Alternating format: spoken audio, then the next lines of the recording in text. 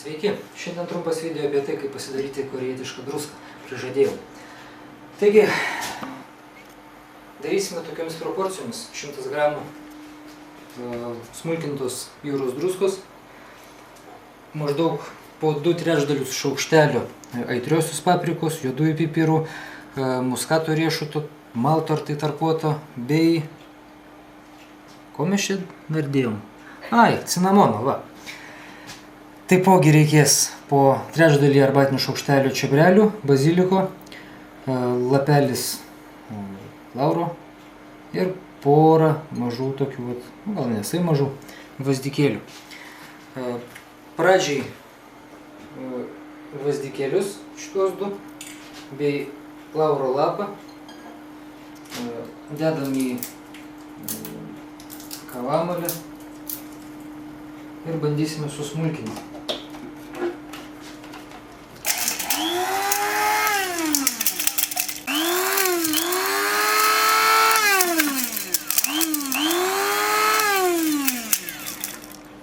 Ir visą šį turinį tik sumalėm, beriam į mūsų druską.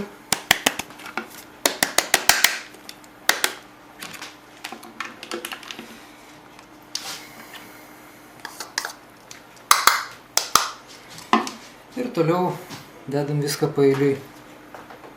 Manau, eilės tvarka nėra svarbi šiuo atveju.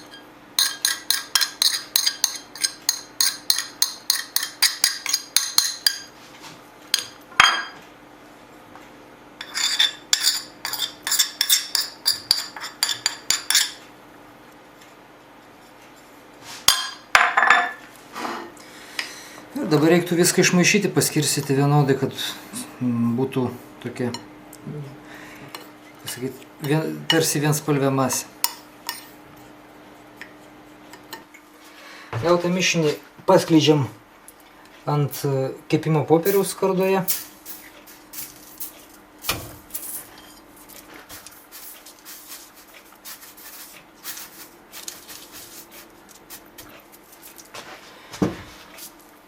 Ir dėsime trumpam į orkaitę apdžiūti.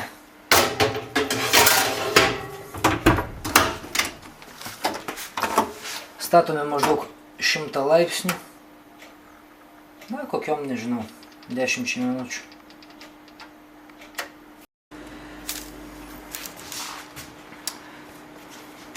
Taigi mūsų mišinys išdžiūvo, paliekame kambario temperatūrai, kad pastovėtų, atauštų ir paskui galime jau išpilstyti ten, kur mums reikia. Kažkokią tai talpą, paketėlį, panašiai. Patarimas visiems, nenaudokite šios druskos bet kur tik tai papuola, nes daugeliu atveju sugadinsite patiekalą. Geriausia naudoti būtent korėjietiškos virtuvės patiekalų gamyboje. Ne veltui būtent ši druska ir vadinasi korėjietiška druska.